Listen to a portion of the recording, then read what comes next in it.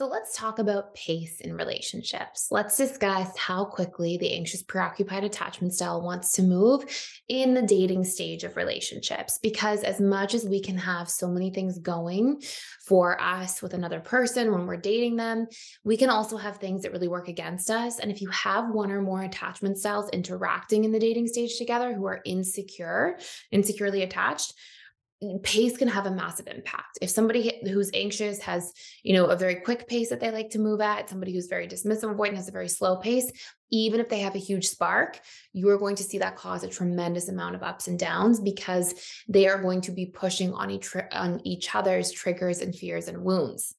So I'm going to cover in this video and do a series of this. We're going to cover a little bit about the pace at which the anxious preoccupied likes to move, and we'll talk about how this really can impact a relationship as a whole.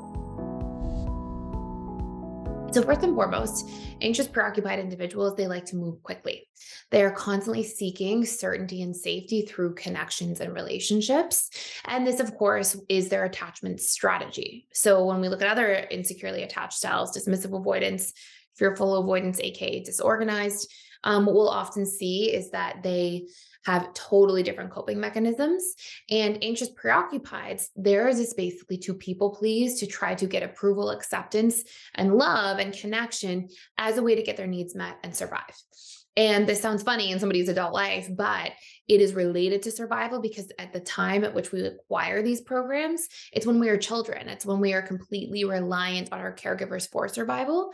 So as a little child, if somebody is anxiously oriented, then they literally feel like I have to, win over connection to get the connection from my caregiver so they'll meet my needs and I'll live, right? It literally boils down to that. So that's part of why survival and approval can feel so closely intertwined for some individuals more than others.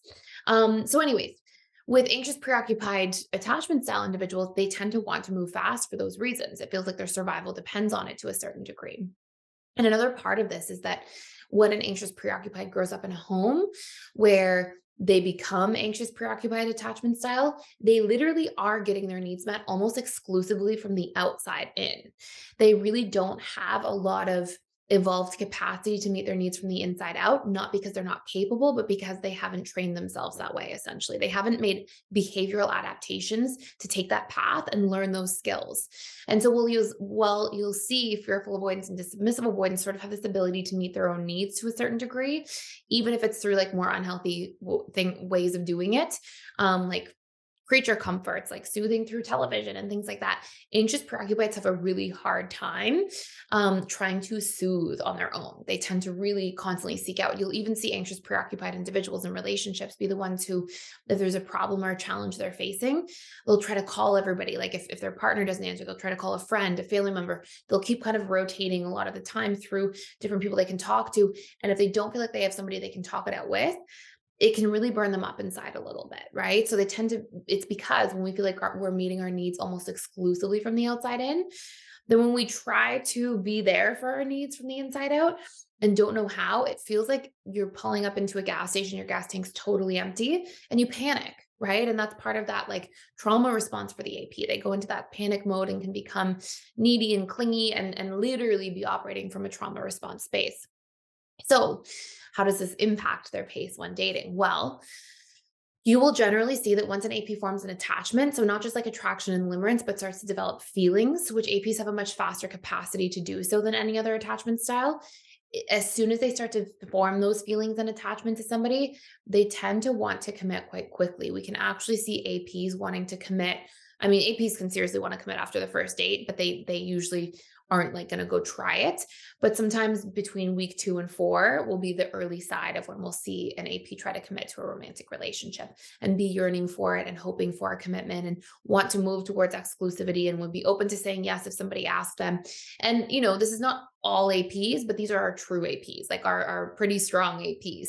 Someone who's mostly secure with an AP side, that timeline will be extended out a little bit. But generally our true APs, we're going to see land between that 2 to 4 week mark.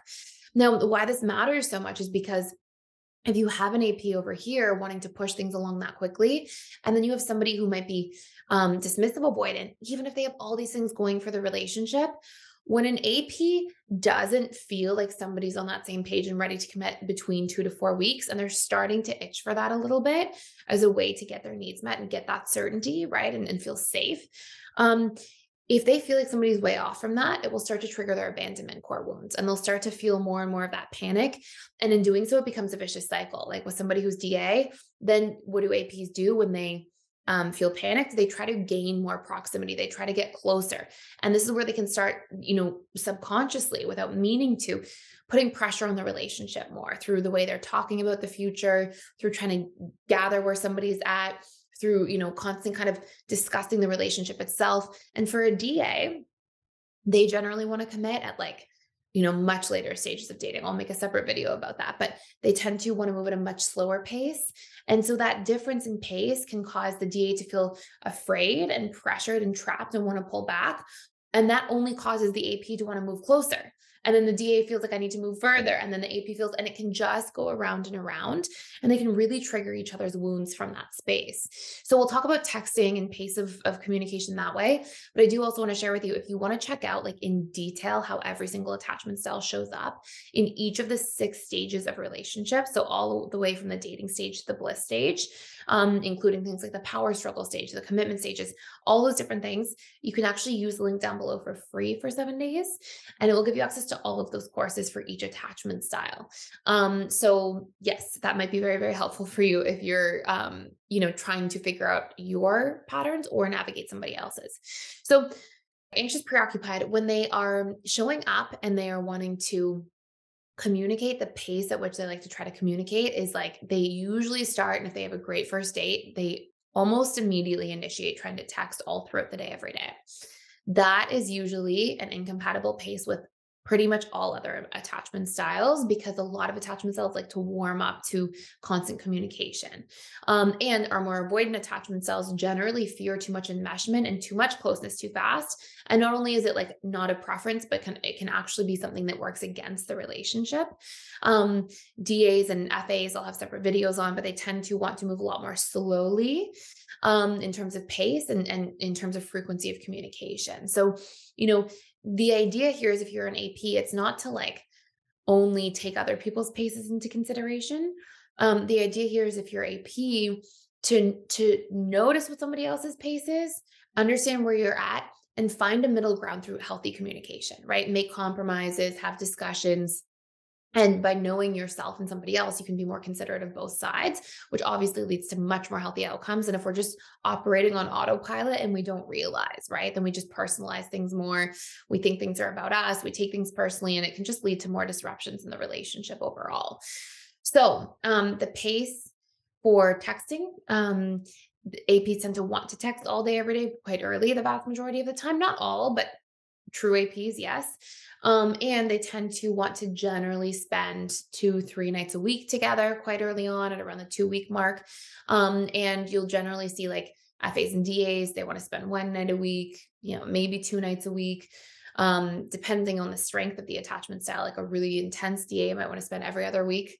And obviously also depending on things that are happening in life, that's going to be different for somebody who's working a 40-hour job with no kids and their job is pretty easy and they've got lots of spare time, versus somebody who is working 60 hours a week, is co-parenting with an ex, and has a whole bunch of other commitments on the side. So you'll see those things obviously play into those differences as well. But just from an attachment style programming perspective, APs tend to want to spend, quite a bit of time together, even as much as 4 or 5 nights a week together, on the stronger side. I just wanted to pop in here and let you know we are doing a 7-day free trial to the All Access Membership Pass at PDS, which means you get access to literally everything inside of the school. And this includes the 4 live webinars I do with our students every single week.